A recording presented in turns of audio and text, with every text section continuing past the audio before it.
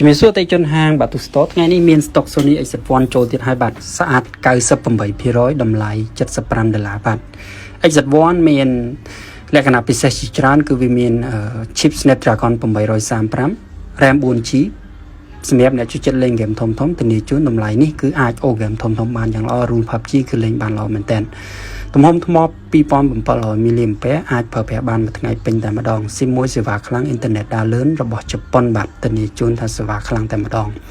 អេក្រង់ 5.2 អ៊ីងធំមានកម្រិត HDR ផ្ដល់រូបភាពបានច្បាស់ល្អមែនទែនកាមេរ៉ាក្រោយ 19 មេហ្គាពិកសែលអាចថតនៅក្នុងទឹកបានដូចខ្ញុំបង្ហាញនៅក្នុងវីដេអូនេះអញ្ចឹងគឺវាមានអាវក្រោះការពារទឹក